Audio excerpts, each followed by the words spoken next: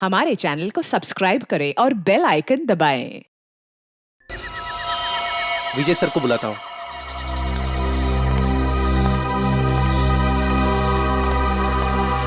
Hello hello sir. Hello विजय sir. हाँ बोलो दीपक। Sir इधर लफड़ा हुआ है। तुम्हें पक्का यकीन है? हाँ सर। कहाँ हो तुम? इधर पानी चिल्ली में। ठीक है, हम अभी पहुँचते हैं।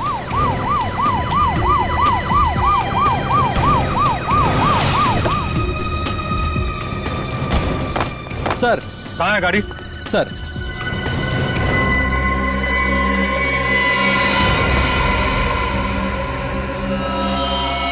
आदमी भी वही है और गाड़ी भी वही है। जाओ पकड़ो उसे। इंस्पेक्टर विजय, क्या हो रहा है यहाँ पे? आप प्लीज यहाँ से चले जाइए। नहीं, मैं नहीं जा सकता, मुझे उससे काम है।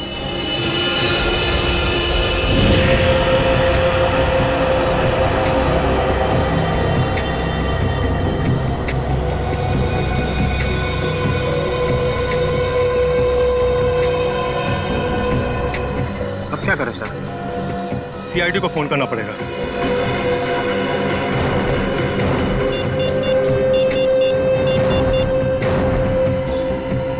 हेलो,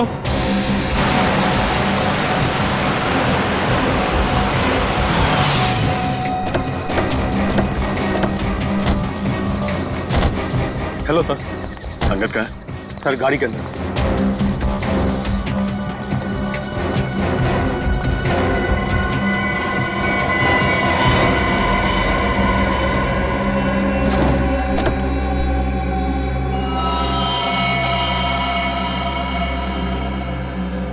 एक ही बार में गले की नस काट दी। लगता है सर मरे हुए काफी समय हो गया। देखो गाड़ी में और क्या क्या मिलता है।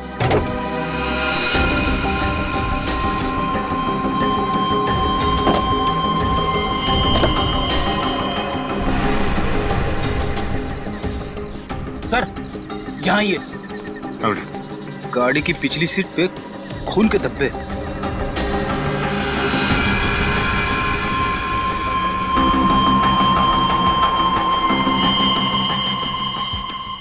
सर अंगद की लाश तो ड्राइवर सीट पर है, फिर गाड़ी के पीछे वाली सीट पर खून के धब्बे कैसे हैं? हाँ पुरी, ये बात तो है। आपको कैसे पता चला कि इंद्रानी और लक्षिता के मर्डर केस में अंगद का कनेक्शन है? दरअसल बात यह है सर कि 10 सितंबर की रात को मैंने इस आदमी को डॉक्टर सलूंके के साथ देखा। तब ये जिंदा था। वो 10 सितंबर की रात हम जेल से फरार दो कैदी टीकू और जग्गू का पीछा करते हुए वाड़ी वो हम पर लगातार फायर कर रहे थे। वहाँ पार्क की हुई एक गाड़ी के पीछे से भागते हुए वो जंगल में छिप गए। जब मैं उस गाड़ी के पास पहुंचा तो डॉक्टर सालुंके को उस गाड़ी से निकलते देख मैं आश्चर्यचकित रह गया। इंस्पेक्टर विजय, क्या हो रहा है यहाँ पर? सर हम कुछ क्रिमिनल्स का पीछा कर रहे हैं। आपकी जान को भी खतरा हो सकता है। आप प्लीज यहाँ से चले जाइए। नहीं, मैं नहीं जा सकता, मुझे उससे काम है। सर मैंने कहा ना, आपकी जान को भी खतरा हो सकता है। प्लीज आप चले जाइए और उन्हें भी अपने साथ ले जाइए।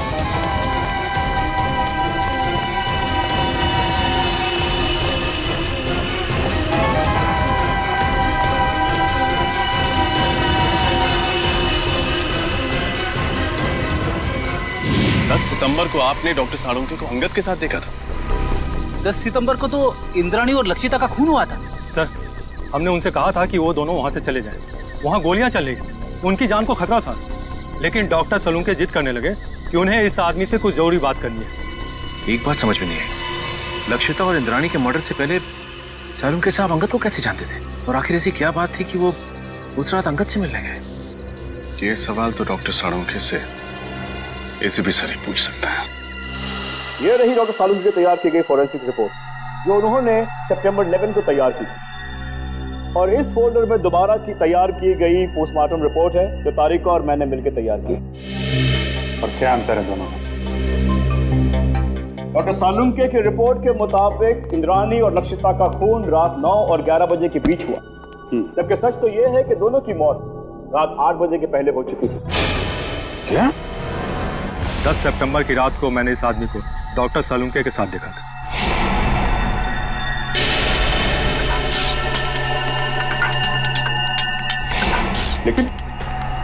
लेकिन डॉक्टर सालुंके ऐसी गलती कैसे कर सकते हैं? मुझे भी हैरानी हो रही है अभिजीत। और तो और लाश के ऊपर जो बुलेट वुंड थे उसकी साइज भी उन्होंने गलत लिखी थी। असली घाव तो इससे काफी छोटे थे। नहीं नहीं नहीं, सालून के साहब ऐसी गलती कर ही नहीं सकते। कहीं ऐसा तो नहीं कि आप लोगों के हाथों से कोई गलती हुई हो? इसकी कोई गुंजाइश नहीं, हमने रीचेक किया था। एक बार पोस्टमार्टम हो चुका है, क्या दूसरी बार किया हुआ पोस्टमार्टम रिपोर्ट सही होता है? यू आर राइट ऑफिसर, 24 घंटों के अंदर अंदर की गई पोस्टमार्टम रिपोर्ट सबसे एक्यूरेट होती है, क्योंकि उसके बाद बॉडी के ऑर्गन सड़ना शुरू हो जाते हैं। इसीलिए प्रिजर्व की गई लाशों पर ब्लड कल्चर्स और टॉक्सिकोलॉजी रिपोर्ट करना बहुत मुश्किल होता है। पर तो लक्षिता और इंद्राणी को मरे हुए तो 5 दिन हो गए। You are right officer, doctor Tarika ने घाव के वीडियोज और फोटोज तब लिए थे जब घाव ताजे थे। इससे दोबारा ऑटोप्सी करने में हमें बहुत हेल्प मिली। डॉक्टर तारिका, आपने ये सब मैंने इसलिए किया अभिजीत, मुझे डॉक्टर सालुंके पर शक हो रहा था, वो पोस्टमार्टम ठीक से नहीं कर रहे। सॉरी। नहीं, तुम्हें परेशान होने की जरूरत नहीं है तारिका। तुम सिर्फ अपनी ड्यूटी कर रही थी, डॉक्टर सालुंके के साथ गद्दारी नहीं। और क्या जो डॉक्टर सालुंके ने अपनी रिपोर्ट में नहीं लिखा है या गलत लिखा है डॉक्टर समीर? एक बहुत जरूरी बात, आइए मेरे साथ। डॉक्टर सालुंके की रिपोर्ट के मुताबिक लक्षिता पर करीब करीब 10 फीट की दूरी से गोली चलाई गई थी और इंद्राणी पर करीब 8 फीट की दूरी से। हाँ सर, जहाँ से खूनियों ने गोली चलाई थी वहाँ से 8 से 10 फीट का डिफरेंस था। लेकिन घाव के टिश्यू कल्चर से हमें ये पता चला है कि खूनी ने लगभग 20 से 25 फीट की दूरी से गोली चलाई थी और खून पिस्टल से नहीं बल्कि स्नाइपर राइफल से हुआ था। स्नाइपर राइफल से? सर, कोई घर में स्नाइपर राइफल यूज क्यों करेगा? और वैसे भी विशाल, शौनक और राहुल ने कहा था कि उन्होंने पिस्टल इस्तेमाल की थी और सर्चिंग के टाइम हमें कोई राइफल मिली भी नहीं थी। और डॉक्टर तारिका, फार्म हाउस से हमें ये 9mm बुलेट्स मिले, किसी राइफल के बुलेट्स नहीं। यही बात तो हम साबित करना चाहते हैं रजत, कि खूनी ने पिस्टल से नहीं बल्कि राइफल की हाई स्पीड बुलेट से खून किया था। और जब वो गोलियां लक्षिता और इंद्राणी के शरीर से बाहर निकल गई तब खूनियों ने वो गोली कहीं छिपा दी हो। ये बात मैं आप सबको डेमोन्स्ट्रेट करके एक्सप्लेन कर सकता हूँ।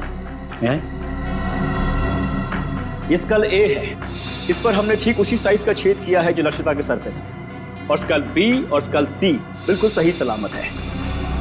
मैं अभी आप लोगों के सामने स्कल बी पर .22 पिस्टल से 10 फीट की दूरी से फायर करूंगा और स्कल सी पर स्नाइपर राइफल से तकरीबन 20 फीट की दूरी से फायर करूंगा। जाहिर सी बात है कि दोनों बुलेट से अलग अलग किस्म के घाव होंगे।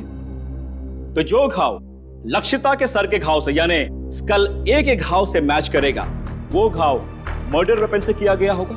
राइट। गुड।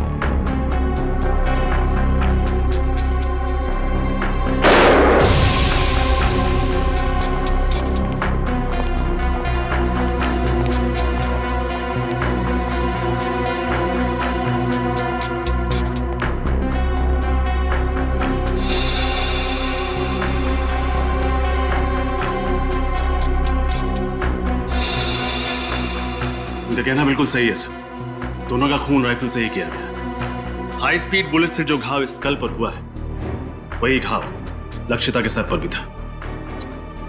विश्वास नहीं हो रहा है सालू के साहब ने इतना बड़ा झूठ बोला हमसे। विशाल, शौनक और राहुल को लेकर आओ, उन्हें फार्म हाउस लेके चलते हैं, देखते हैं एग्जैक्टली वहां पे क्या हुआ था।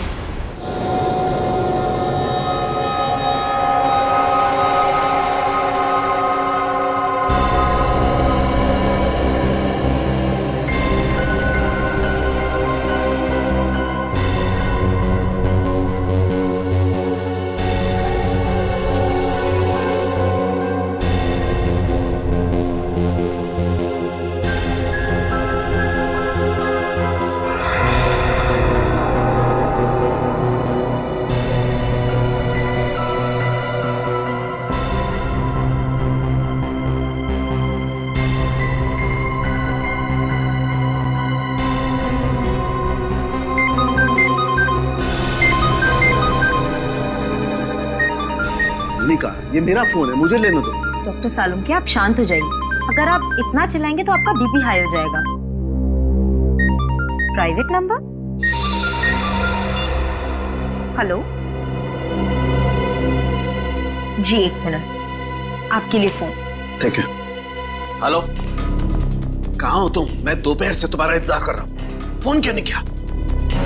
देखो, हाँ मुझे याद है सब कुछ, दोहराने की जरूरत नहीं है। आ रहा हूं मैं वहां पर। क्या तुम्हारा दिमाग खराब हो गया? देखो, जो कुछ करना है मेरे साथ करना, उसे कुछ भी नहीं होना चाहिए। हाँ ठीक है, आ रहा हूं मैं।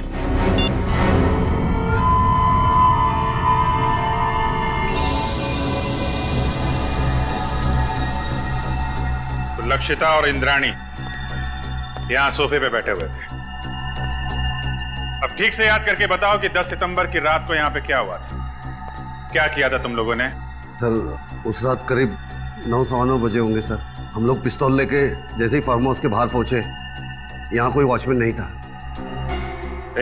सर, हमने तय किया था कि हम पहले दोनों को शांति से समझाएंगे, अगर वो नहीं मानेंगी तो फिर उन पर गोली चलाएंगे। तो फिर तुमने उन्हें समझाने की कोशिश की? नहीं सर, जैसे ही हम लोग यहाँ पर पहुंचे, यहाँ पे बहुत अंधेरा था, सिर्फ टीवी की आवाज़ सुनाई दे रही थी। इससे पहले कि हम लोग कुछ करते, उन लोगों ने हम पे गोलियां चलानी शुरू कर दी। और उसके बाद तुम लोगों ने भी गोलियां चलानी शुरू कर दी? हाँ सर, क्या करते, उन्होंने शौनक को एक गोली मार दी थी। बस मेरी जान जाते जाते बची है सर, ये देखिए।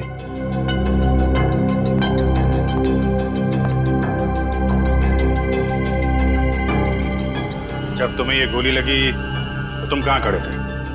यहाँ सर, मैं यहाँ खड़ा था सर। जैसे ही मुझे गोली लगी, मैं वहां पर उस दीवार पर जाके टकराया और मेरा सर वहां पर लग गया।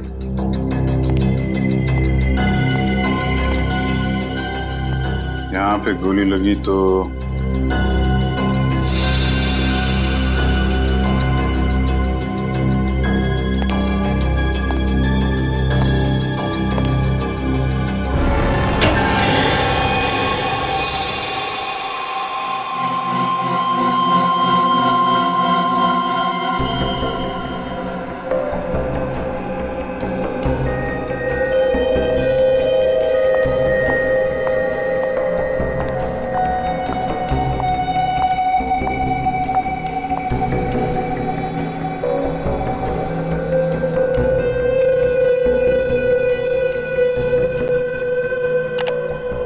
तारिका, गाड़ी की बैक सीट पर जो खून के धब्बे मिले हैं उनकी जांच हो गई है। 2 अलग अलग लोगों का खून है और दोनों में औरत का डीएनए मिला है।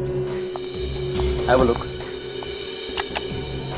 दोनों औरतों की उम्र 45 से ज्यादा नहीं होगी। डॉक्टर समीर, क्या आपको पूरा यकीन है कि इसमें और कोई तीसरे आदमी का डीएनए सैंपल नहीं है? दूसरी बार डीएनए जांच में कोई गलती नहीं होनी चाहिए। I am very sure doctor, मेरा टेस्ट गलत नहीं हो सकता है। ओके। अच्छा, आपने अभी कहा कि दोनों औरतों की उम्र लगभग 45 साल है, राइट? या 45। तो कहीं ये डीएनए इंद्राणी और लक्षिता का तो नहीं? उन दोनों की उम्र भी लगभग 45 साल ही थी। हो सकता है, क्वाइट पॉसिबल। लेकिन ये कंफर्म करने के लिए उन दोनों औरतों के डीएनए से इस खून के डीएनए को मैच करना होगा। इन तीनों की बातों से और डॉक्टर समीर और तारिका की फॉरेंसिक रिपोर्ट से साफ साफ पता चलता है, यहाँ पे सारा चक्रव्यूह जानबूझ के रचा गया है। Yes sir. अगर ये तीनों दरवाजे से ही गोली चला के भाग गए, तो फिर शौनक का खून लक्षिता के शरीर के पास कैसे मिला? और सर, अगर दोनों यहाँ बैठी थी तो हमें इंद्राणी की लाश यहाँ नीचे कैसे मिली? हो सकता है गोली लगने के बाद वो वहां से उठ के भागी और यहाँ पे गिर पड़ी। और इस दीवार पे गोलियां कहां से चलाई गई? और तो और इन तीनों लोगों की उंगलियों के निशान इस घर में कहां से आए? अंगद, ये सारी कारीगरी उस अंगद की है। उसी ने इन तीनों की उंगलियों के निशान और ब्लड सैंपल यहाँ पे प्लांट किए हैं। और सर, अगर इंद्राणी और लक्षिता ने गोलियां चलाई होती तो हमें गन्स भी मिलती। गन्स तो हमें मिली नहीं है। करेक्ट। और सबसे बड़ी बात यह है कि गोली अगर दरवाजे की तरफ से चलती तो घाव सर के पीछे की तरफ होता है, सामने या साइड में नहीं। अब तो साफ हो गया है, डॉक्टर सालुंके ने जानबूझ के गलत रिपोर्ट बनाई है ताकि हम इन तीनों पे शक करें। मगर सर डॉक्टर सालुंखे ऐसा करेंगे क्यों? अब ये बात तो डॉक्टर सालुंखे ही बता सकते हैं, और डॉक्टर साहब गायब हैं। समझ में नहीं आता ये सालुंखे अजीब हरकतें क्यों कर रहा है। सर, अंगद के गाड़ी के बैक सीट पे जो खून मिला था, उसके डीएनए टेस्ट से साबित होता है कि वो खून लक्षिता और इंद्राणी का था, और डॉक्टर सालुंखे उस दिन अंगद के साथ ही थे। सालुंखे से बहुत सारे सवाल पूछने हैं, बहुत सारे सवाल हैं। फोन लगा रहा हूँ लेकिन फोन लग नहीं रहा है उसका। सर डॉक्टर सालुंखे तो अपना फोन 24 घंटे ऑन रखते हैं और उनकी आदत है कि वो तुरंत फोन रिसीव करते हैं। लेकिन सर जब हम उनके घर उस दिन गए थे तो उन्हें पता भी नहीं था कि उनका फोन है कहाँ। हेलो, पता लग गया अंगद और सालुंखे साहब ने सबसे ज्यादा फोन किस नंबर पे किए थे? हाँ, मैं नोट करता हूँ। पूर्वी, फोन दो। सर। हाँ, बोलिए। Okay, thank you. Sir, Salunkhe साहब ने 10 सितंबर को अंगद के साथ 15 बार फोन पे बात की थी, और हर बार उनकी फोन का लोकेशन वाड़ी और पनवेल के बीच था। अंगद को 15 बार फोन किया है और वाड़ी और पनवेल के बीच में? सर, ये अंगद किसी प्राइवेट नंबर से फोन पे बात कर रहा था, इसीलिए उसका मोबाइल फोन ट्रेस नहीं हो पाया। और 15 सितंबर को रात 9 बजे सालुंखे साहब का मोबाइल शादीन मॉल के पास ट्रेस किया गया है। शादीन मॉल? सर, डॉक्टर तारिका से मिलने के बाद अभिजीत और मैं वहाँ डिनर के लिए गए थे, और इसी मॉल के पार्किंग लॉट में सर मुझे गाड़ी के विंडशील्ड पे चॉकलेट के पेपर पे लिखा हुआ वो सुराग मिला था, और उसी सुराग के जरिए हम लोग होटल रेड सेंट्रल के कमरा नंबर 111 तक पहुंचे। सर इसका मतलब डॉक्टर सालुंखे ने आपकी गाड़ी पर वो सुराग हमारे लिए छोड़ा था। सर मतलब डॉक्टर सालुंखे हमारी मदद करना चाहते हैं। पहले ये सालुंखे काम बिगाड़ता है और फिर सुधारने के लिए हमारी मदद भी कर रहा है। वाह, सालुंखे को तो सच्चाई बतानी ही पड़ेगी, सच्चाई बतानी पड़ेगी सालुंखे को।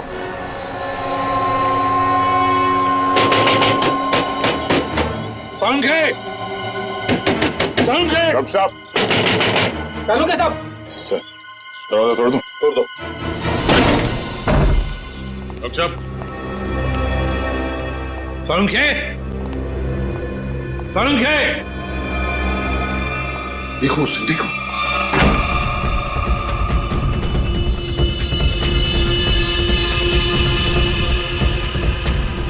अबे पकिया, उठ, सीआईडी वाले आगे। सालुंखे! डॉक्टर साहब! डॉक्टर साहब!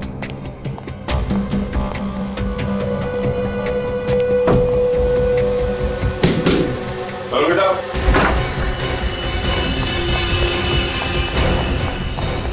रुक जा! Salunkhe sir, Salunkhe sir.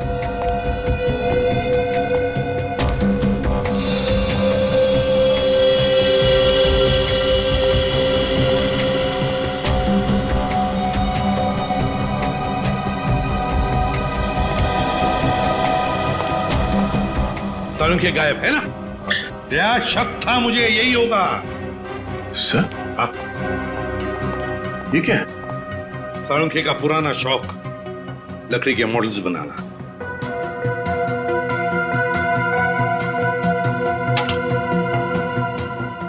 Doctor साहब का मोबाइल सर। मोबाइल छोड़कर गया वो?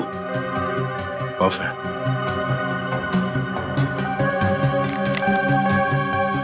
सर, इसमें ना तो बैटरी है ना सिम कार्ड। बैटरी भी नहीं, सिम कार्ड भी नहीं।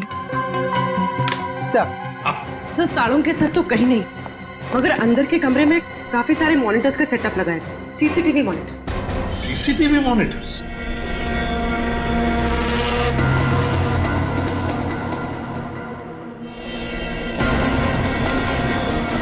रुक जाओ, वरना गोली मार दूंगा।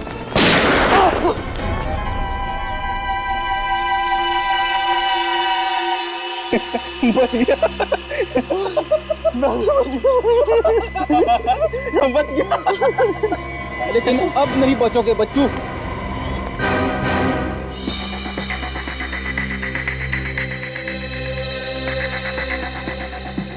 हाँ?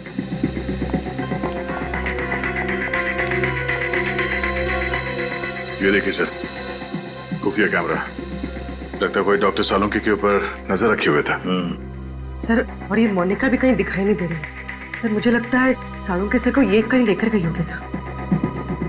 कहाँ? ये दोनों बताएंगे सर। हमें कुछ नहीं मालूम साहब। क्या जानते हो तुम? साहब कुछ नहीं जानते सर। कुछ नहीं जानते? कुछ नहीं जानते साहब, हम तो सिर्फ घर की देखभाल करते हैं साहब।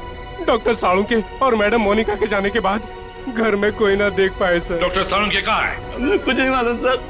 तो छोटे मोटे टपोरी है सर। हमें कहा गया था इस घर पे नजर रख के, और जब भी कोई इधर ताक झाक करे तो हमें खबर कर दे। तुमने अभी तक ये नहीं बताया कि डॉक्टर सालुंके और मोनिका कहाँ है? बताओ। कैसे बताए सर? हमें खुद को नहीं पता। हमें तो इतना पता है कि जब तक राहुल, शौनम और विशाल को अदालत सजा नहीं दे देती, तब तक डॉक्टर सालुंके को अपने कब्जे में रखने का है। सर, हमने आपको सब कुछ बता दिया है सर। अपना जुर्म भी कबूल कर लिया है सर। और सर ये भी बता दिया है कि हमने लक्षिता और इंद्राणी का खून कैसे किया, फिर हमें यहाँ क्यों बिठा के रखा है? ये बताने के लिए कि इंद्राणी और लक्षिता का खून तुम लोगों ने नहीं किया। क्या? पर सर, हमने तो सर अपने हाथों से लक्षिता और इंद्राणिया पे गोली चलाई थी सर। हाँ, लेकिन वो दोनों पहले से ही मर चुकी थी। क्या? वो दोनों मर चुके थे? हाँ, मैं समझाता हूं। तुम तीनों ने गोलियां जरूर चलाई थी इंद्राणी और लक्षिता पर उनकी मौत जिन गोलियों से हुई, वो गोलियां तुम लोगों ने नहीं चलाई। तो फिर वो गोलियां किसने चलाई? उस खूनी ने चलाई थी गोलियां जो तुम्हें इन दोनों के खून में फंसाना चाहता था। सर, अगर हमने खून नहीं किया तो फिर हम जा सकते हैं सर? नहीं, तुम लोगों ने खून नहीं किया, पर खून करने की कोशिश जरूर की है, और इसकी सजा तुम्हें जरूर मिलेगी। देखो, अगर तुम तीनों लंबी सजा से बचना चाहते हो तो तुम तीनों को हमारी मदद करनी होगी, ताकि असली गुनहगार पकड़ा जा सके। करेंगे सर, आप जो कहेंगे करेंगे। हम लोग तीनों आपकी पूरी मदद करेंगे सर। और एक बात बताओ, क्या तुम लोगों का ऐसा कोई दुश्मन है जिसे फायदा होगा तुम तीनों को फांसी पे चढ़ाकर? सर दुश्मन तो वैसे कई है। हम लोग जिस धंधे में काम करते हैं वहां पर सर दोस्त कम दुश्मन ज्यादा होते हैं। किस किस का नाम ले सर? सर, इन तीनों को फंसाने के लिए खूनी को पहले से मालूम होना चाहिए था कि उस रात ये लोग लक्षिता और इंद्राणी का खून करने जाने वाले हैं। ये बात तो है दया, कोई तो जरूर जानता होगा। एक बात बताओ, कौन जानता था तुम्हारे इस प्लान के बारे में कि तुम उस फार्म हाउस पर जाने वाले हो? नहीं सर, ये बात तो हमने राजी रखी थी। वैसे ये प्लान तुम लोगों ने बनाया कहां पर? हा? सर, होटल रेड सेंट्रल में। अंगद के कमरे में? कमरा नंबर 111 में? नहीं, रूम नंबर 111 में नहीं सर, 308 सर। हाँ सर। Room number 308? तो क्या कोई अजनबी आया था तुम्हारे कमरे में 308 में जब तुम लोग बातचीत कर रहे थे? है? विशाल, तुझे याद है जब हम लोग उस कमरे में बात कर रहे थे तो वहाँ एक वेटर आया था इंटरकॉम का फोन रिपेयर करने के लिए, और उसने गलती से टेबल पे रखा हुआ खाना गिरा दिया। अरे गलती से नहीं भाई, जानबूझकर गिराया था उसने खाना। और वो उस कमरे के अंदर कपड़ा ढूंढ रहा था खाना पोंछने के लिए, ताकि वो टाइम पास कर सके और हमारी बातचीत सुन सके। लेकिन सर, हमने उसके सामने तो कोई ऐसी बातचीत की ही नहीं थी। सचिन, ले जाओ इन तीनों को। चलो आप रेडी?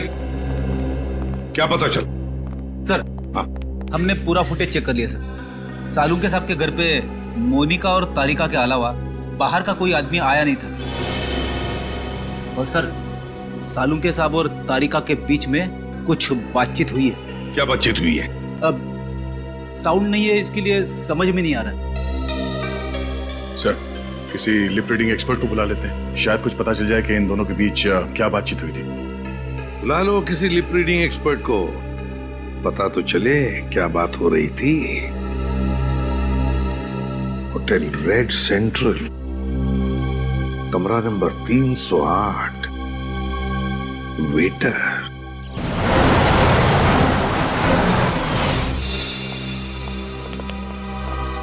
हेलो सर, आप लोग फिर से यहाँ? हमें कमरा नंबर 308 दिखाओ। जहाँ पे शौनक, विशाल और राहुल ठहरे थे सितंबर 10 को। क्यों, क्या हुआ? क्यों क्या बाद में, पहले चाबी दो और उस वेटर अमित को बुला।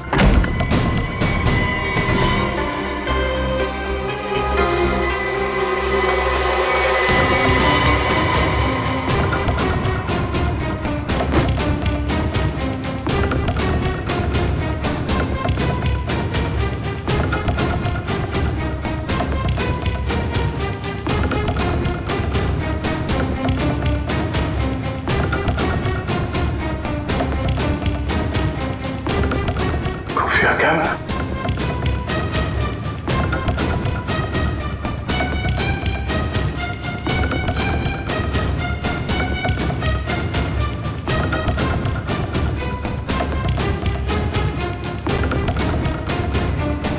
ओह, ये देखो खुफिया कैमरा और ये बग। इन चीजों के जरिए खूनी शौनक और उसके साथियों का प्लान सुन रहा था। सर, अमित आ गया। आइए अमित जी, आइए। हाँ, बैठ बैठ इधर।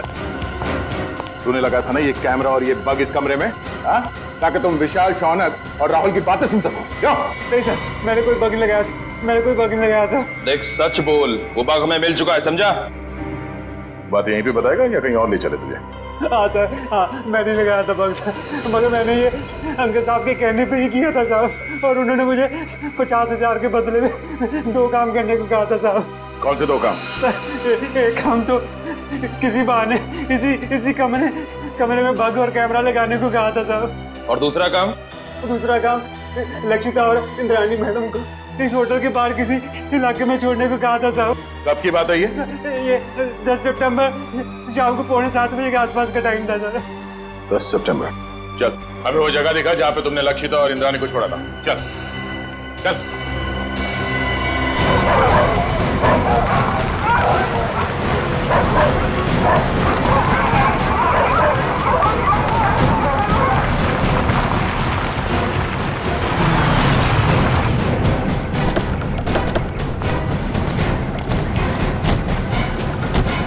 सर, यहाँ पे छोड़ा था मैंने, और सर वो दोनों वहां पे खड़े थे, वहां पे। तो बात कर रहे थे वो? हाँ सर, बहुत ही गुस्से में बात कर रहे थे सर। कह रहे थे कि वो हमें धमकाने की कोशिश कर सकता है, अगर उसने दगाबाजी करने की कोशिश की तो हम भी उसे छोड़ेंगे नहीं। लेकिन सर उसके बाद मैं होटल में चला गया, उसके बाद क्या कुछ हुआ मेरे को सर पता नहीं। सर, इंस्पेक्टर विजय ने डॉक्टर सालुंखे और अंगद की गाड़ी को आखिरी बार यहीं आगे पास में ही देखा था, और बाद में गाड़ी की बैक सीट पर उन दोनों औरतों के खून के निशान भी मिले। ऐसी जगह पे राइफल या स्पीड बुलेट का इस्तेमाल किया जा सकता है। खूनी ने राइफल का इस्तेमाल किया है, पिस्टल का नहीं। तो गोली 5 फीट की दूरी से नहीं, काफी दूर से चलाई गई है। एक काम करो, आसपास देखो कोई सबूत मिलता है क्या।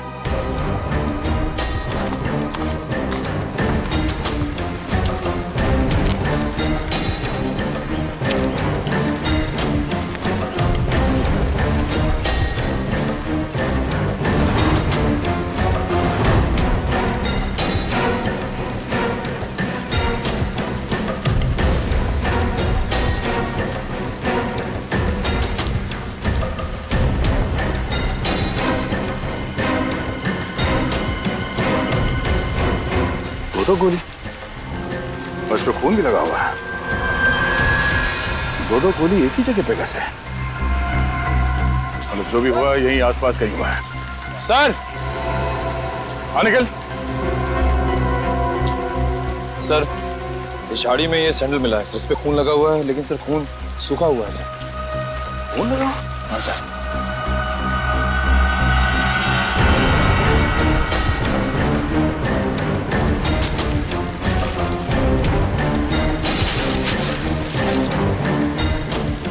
सर, ये तो लक्षिता मैडम का बैग है, मुझे अच्छी तरह से याद है। उस दिन होटल में वो यही बैग लेकर आई थी। लक्षिता मैडम का बैग? कैसे? तो खून लगा हुआ है। इस बैग पे जो उंगलियों के निशान हैं, जरूर उस खूनी के होंगे। और वो खूनी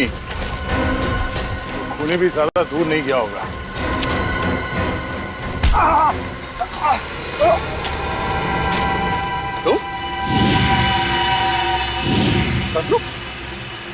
लक्षिता के फार्म हाउस के रखवाले हैं? तुम यहाँ क्या कर रहे हो? साहब मुझे माफ कर दो साहब, मैंने कोई खून नहीं किया साहब, मुझे तो आपके ऊपर नजर रखने के लिए कहा गया था साहब। सच बता, तूने झूठी गवाही क्यों दी? हमें पता चल चुका है कि तूने फार्म हाउस में कोई खून होते हुए देखा ही नहीं है, क्योंकि तुम्हारी लक्षिता मैडम और इंद्राणी मैडम, उन दोनों की मौत 7:30 बजे हुई और यहाँ पे। साहब मुझे छोड़ दो साहब, मुझे अंकल साहब ने बोला था ऐसा करने के लिए साहब। अंगद मर चुका है। मुझे कोई दूसरा आदमी फोन करके काम करने के लिए कहता था साहब। कौन है वो आदमी? मुझे नहीं पता साहब कौन है वो आदमी, वो कभी सामने नहीं आया साहब, वो हमेशा मुझे फोन पे बोलता था सर। मगर अब उसे सामने आना ही होगा। चल चल। मिस्टर मयंक, इस सीसीटीवी फुटेज को गौर से देखिए और हमें बताइए कि ये लोग क्या बोल रहे हैं। इसमें कोई साउंड सुनाई नहीं दे रहा है। यही तो मेरा काम है ऑफिसर। मैं उनकी होठों की मूवमेंट से पता लगाऊंगा कि वो क्या बोल रहे थे।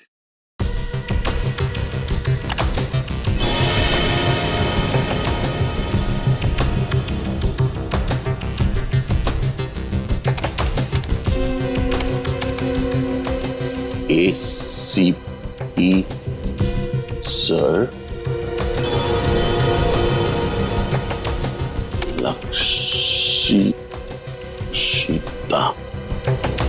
लक्षिता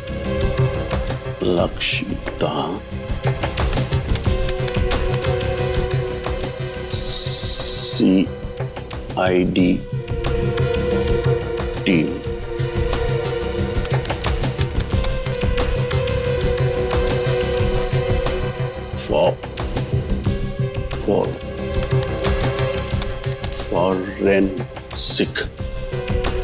फॉरेंसिक। अभिजीत, उस प्लॉट पर से जो पर्स मिला, उस पर जो उंगलियों के निशान है वो खूनी के ही हैं। सर, ये खूनी बहुत चालाक है। काम होने के बाद अपने आदमियों को भी मार डालता है। अंगद के अलावा किसी और को कुछ मालूम नहीं था उसके बारे में, इसलिए लक्षिता और इंद्राणी को मारने के बाद उसने अंगद का भी खून कर दिया। और इसीलिए अभिजीत, मुझे साळुंखे की चिंता हो रही है। उसकी भी जान को खतरा हो सकता है। समझ में नहीं आता गया कहाँ। हाँ, मैं कुछ मिला क्या? सर, कोशिश कर रहा हूं सर। सर, ये मोनिका मुझे नर्स नहीं एक क्रिमिनल लगती है। जरूर यही साळुंखे साहब को कहीं ले गई होगी। हाँ, और ये तारिका, ये साळुंखे के घर क्यों गई थी उससे मिलने? और ये बात उसने हमें बताई भी नहीं। सर ये देखिए, तो डॉक्टर तारिका डॉक्टर साळुंखे से माफी मांग रही है और कह रही है ACP सर और पूरी CID team Lakshita Indrayani murder case में की गई आपकी फॉरेंसिक जांच पर शक कर रही है। सॉरी सर, ये सब मेरी वजह से हो रहा है।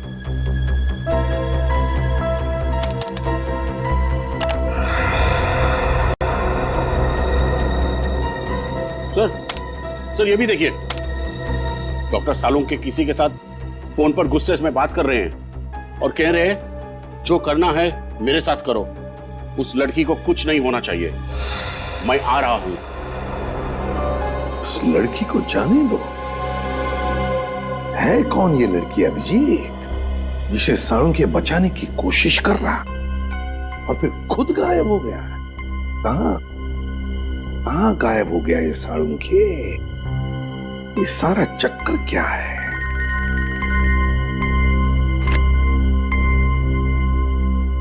डॉक्टर समीर, ये देखिए सर, ये तो हाई स्पीड बुलेट है। यस सर, और ये .22 कैलिबर की राइफल से फायर की गई थी। लक्षिता और इंद्राणी के शरीर पर जो घाव थे वो इन्हीं बुलेट से हुए थे सर। ओह,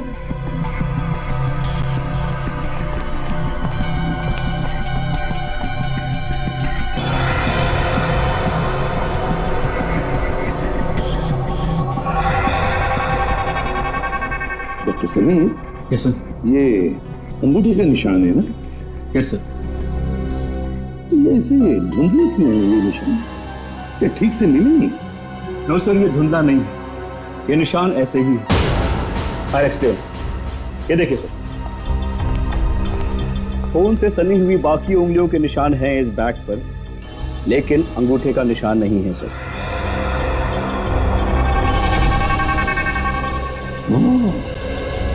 लगता है अभिजीत, ये अंगूठा डैमेज्ड है जिसकी वजह से रेखाएं मिट गई हैं।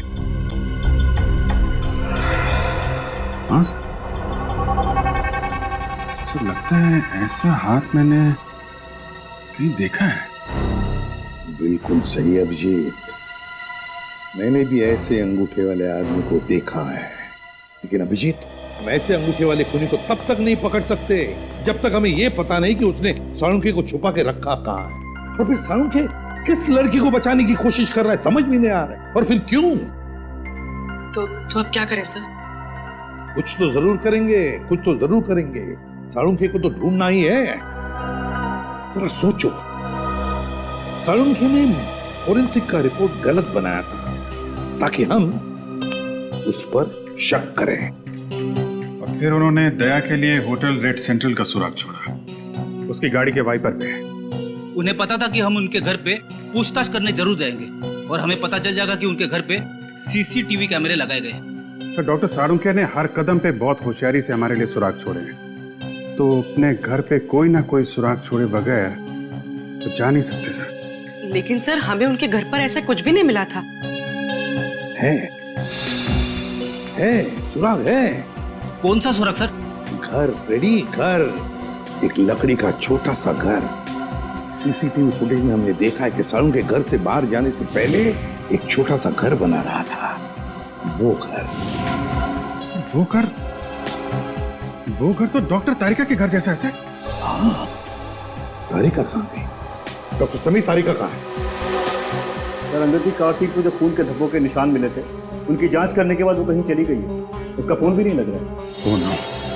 मतलब डॉक्टर साळुंखे फोन पे जिस लड़की को बचाने की बात कर रहे थे वो डॉक्टर तारिका है? हाँ अभिजीत, साळुंखे तारिका के घर ही गया है।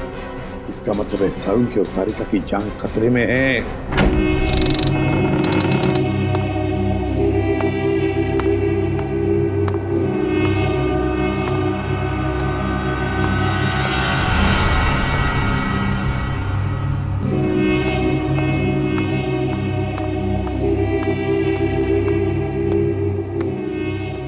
आज तुम दोनों की मौत होगी।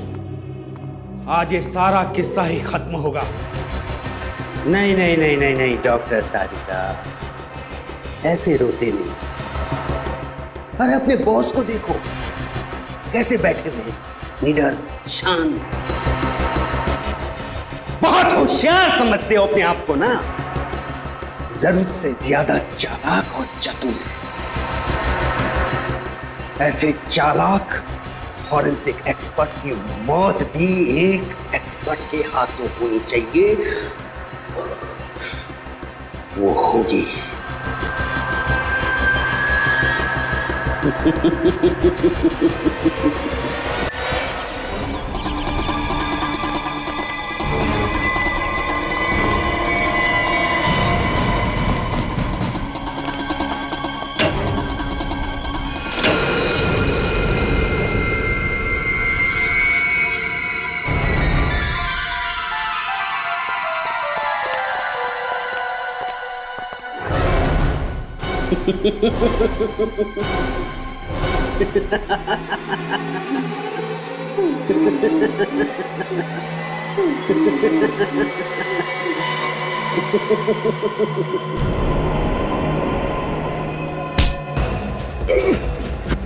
इंजेक्शन दे दो तुषार, हर किसी नहीं। सीआरडी मुझे जिंदा कभी नहीं पकड़ सकती है। मैं ये इंजेक्शन खुद इंजेक्ट करूंगा। नहीं नहीं।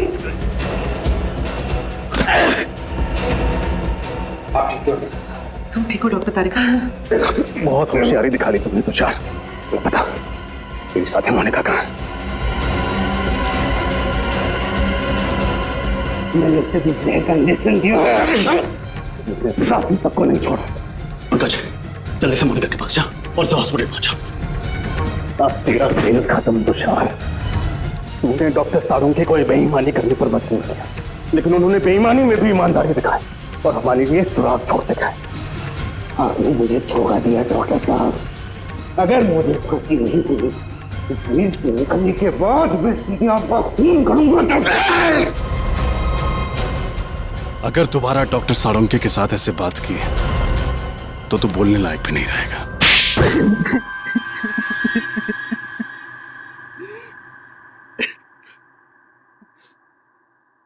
कितनी मेहनत से मैंने ये पूरा प्लान तैयार किया था। एक तीर में 5 शिकार, लक्षिता, इंद्राणी, राहुल, विशाल, शौनक, सबको एक साथ अपने रास्ते से हटाने का प्लान बनाया था मैंने। इंद्राणी और लक्षिता को तुमने क्यों मारा? क्योंकि मैं इनकी पूरी जमीन हड़पना चाहता था, इसलिए मेरे लिए इनका मरना बहुत जरूरी था।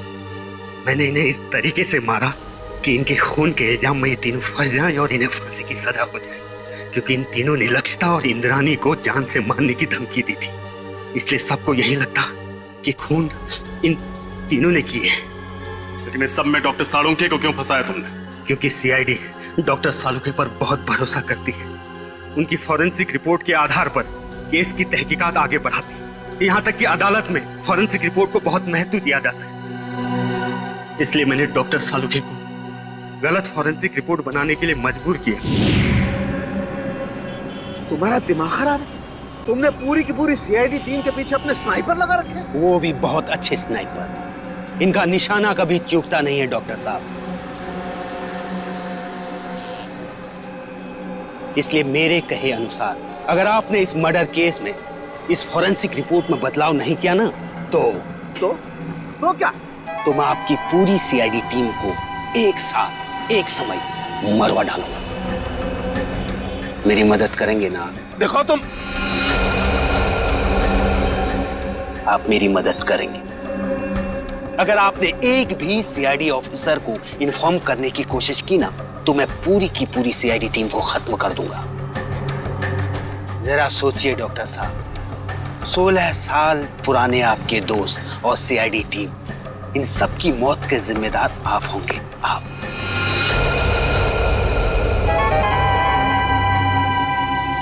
ठीक है, मैं तुम्हारी मदद करूंगा। बहुत अच्छी। और हाँ, कोई होशियारी नहीं। तुम्हारी हर चीज अभी रिकॉर्ड करेगा। तुमने डॉक्टर साळुंखे पर दबाव डालने के लिए हमारी जान लेने की धमकी दी। एक इंसान के पीछे एक हैवान छुपा हुआ है। अब बताओ, 10 सितंबर की रात को पनवेल के फार्म हाउस में क्या हुआ था? मुझे पता था अंधेरे में गोलियां चलाने के बाद राहुल, शौनक और विशाल को यही लगेगा कि उन्होंने लक्षिता और इंद्राणी को मार डाला है। जब वो वहां से भाग रहे थे तब मैंने वॉचमैन संतरू का इस्तेमाल किया। मुझे एक चश्मदीद गवाह की जरूरत थी जिसके बयान पर सीआईडी भी भरोसा करती और जो बाद में अदालत में भी तीनों के खिलाफ गवाही देता। प्लान तो तुमने बहुत मेहनत से बनाया था, लेकिन डॉक्टर साळुंखे की होशियारी और हमारी टीम की सूझबूझ और एकता के कारण तुम्हारा प्लान कामयाब नहीं हुआ। अब तुम्हारे खिलाफ ऐसा केस तैयार करेंगे कि इस डबल मर्डर के लिए तुम्हें फांसी ही होगी। साळुंखे, यार हमने तुम पर शक किया, मगर तुमने अपना सब कुछ दांव पर लगा दिया हमें बचाने के लिए। सॉरी यार। अरे सॉरी? हाँ सॉरी। कम ऑन यार। अरे मेरा फर्ज था ये सब कुछ करना। पिछले 16 साल से हम लोग एक परिवार की तरह से काम कर रहे हैं। सीआईडी मेरा अपना परिवार है यार। हाँ मैं मानता हूं, एक पल के लिए मुझे कश्मकश थी कि मैं सीआईडी को भी बचाऊं और अपने प्रोफेशन के साथ गद्दारी भी नहीं करूं। ये प्रॉब्लम थी मेरे सामने। लेकिन यार Pradyuman, please don't say sorry यार, प्लीज। चलो ठीक है, जो हुआ सो हुआ, है ना, भूल जा यार। लेकिन सबसे खुशी की बात क्या है मालूम है? जो तू सही सलामत वापस आया वन पीस में। आना ही था मुझे वापस। मुझे पूरा भरोसा था तुम लोगों पर। मुझे मालूम था तुम लोग मुझे कभी कुछ नहीं होने दोगे। तू रोता क्यों है? रो नहीं रहा हूं मैं यार, रो नहीं रहा हूं मैं यार। तुम नहीं सुधरोगे यार।